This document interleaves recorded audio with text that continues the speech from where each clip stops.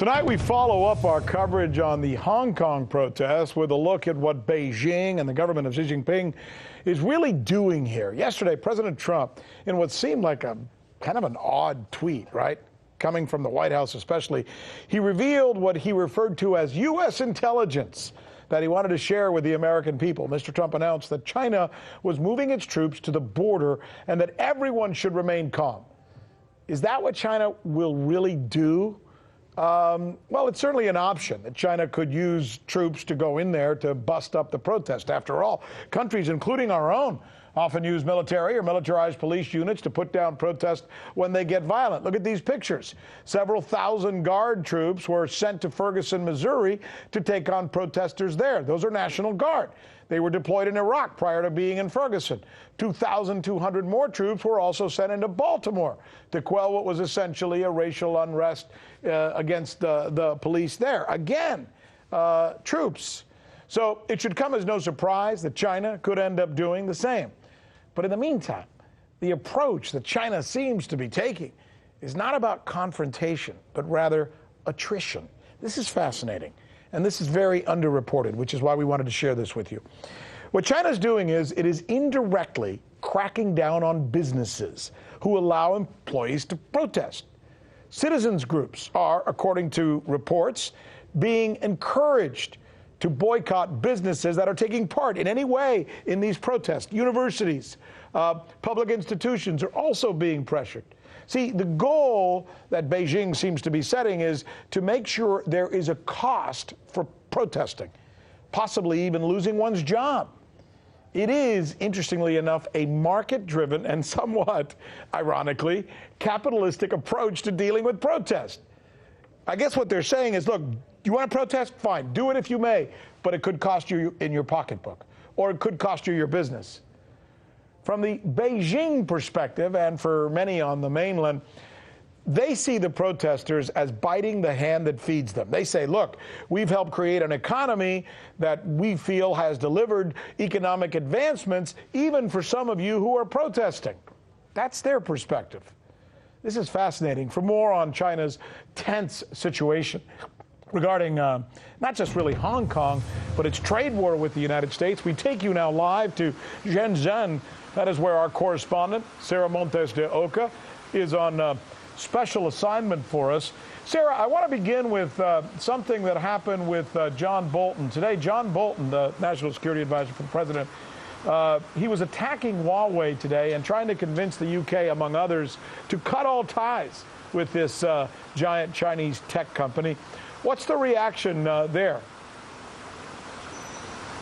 Well, Rick, you know, as you said, John Bolton is trying to convince, it's no surprise, the UK to halt their introduction of Huawei's 5G. Now, he says that they want the UK to investigate threats of these 5G before allowing it to come in. This is especially important given the time because the Prime Minister, Theresa May, just exited the position, and we have Boris Johnson. And Boris Johnson, it looks like from what Bolton said, he could overturn the decision of allowing for some of Huawei's 5G connectivity into the country. So that still remains unclear what's going to happen. But Boris Johnson's administration, a British spokesperson, said that they're undertaking thorough evidence-based and hard-headed review of 5G. And the resilience of the UK's telecom networks is of paramount importance. So they're doing a full investigation on Huawei's. Huawei has said time and time again that they do not pose any national security threat. But the U.S., it's no surprise, continues to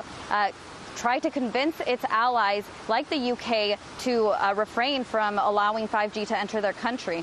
You know, one wonders, too, is this really a U.S. policy? Because I know Nancy Pelosi, for example, came out today and said that, look, she's totally against what John Bolton is doing in many regards. So it seems to be, as many have called it over here stateside, I know, more of a neocon measure. But certainly Huawei is the target for many of these attacks. So let's turn to Huawei if we can, Sarah.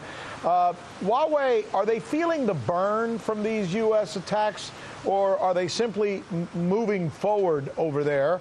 And if so, how are they doing that? Well, we were just in after day one in their headquarters here in Shenzhen, China, and it looks like they're moving forward from what we saw, everything that they were saying. I mean, are they feeling the burn? They said in the past in interviews that they could be looking at a loss of about $30 billion. Whether that remains, we'll see. I mean, it looks like in the first quarter of 2019, they've been doing just fine. They've already launched out of the 26 5G network launches around the world. In 17 of those have Huawei gear, so they're not hurting in that sense, and they're coming up with new infrastructures, Rick, to help provide better wireless connection. We spoke with Vice President of Office in Huawei Technologies, and Richard Griffiths basically told us that it's not just in cell phones and telecom communication that we're going to see this 5G. We're also going to see it in entertainment, and it's going to enhance that ability. Take a listen to what he told us. Virtual reality and augmented reality. The applications they have in Korea let you shoot a video with you dancing superimposed with your favorite K-pop stars. So it actually creates a video, short video, makes it look like you're dancing with someone famous. They then upload this to one of these short-form video websites and share it on social media. This kind of thing for the young people, not for old people like me, but for the young people is very, very popular. These kind of applications take up huge amounts of bandwidth. This is what is going to drive 5G in some markets, not all of them. So, Rick, they're really changing or attempting to change the evolution of technology and where we're going to be at, not just with entertainment and concerts, but with sports. And again, not just with cell phones and telecommunication gear. Now, they've been able to roll out this 5G and start testing it since mid-2018, being one of the first countries or companies actually to launch it in the world because they were able to develop their own technologies. They have their own manufacturing, and they invest so much money into their research and development team and a department that they're going to continue to hit these goals and do everything they can to prove that they don't risk any national security threat, and hopefully these countries will move forward with 5G infrastructure. Well, I'm so glad we have you there. Sarah Montes de Oca reporting to us live from China, a country that, if nothing else, certainly economically sees itself right now in the eye of the storm, which is why we are going to continue to bring you a series of reports from inside China. Yeoman's work, Sarah. Thank you so much for joining us. Thank you, Rick.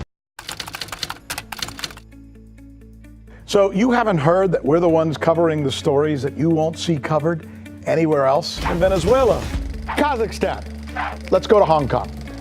And the media reaction to that has been crickets. How about the way we cover those stories? What the hell does that mean? Huawei. That's the key word in this case, uprising. Keep? Can you believe that? Watching. This is the right thing for members of the media to do, to actually pick sides. Look, if you like what you see, subscribe.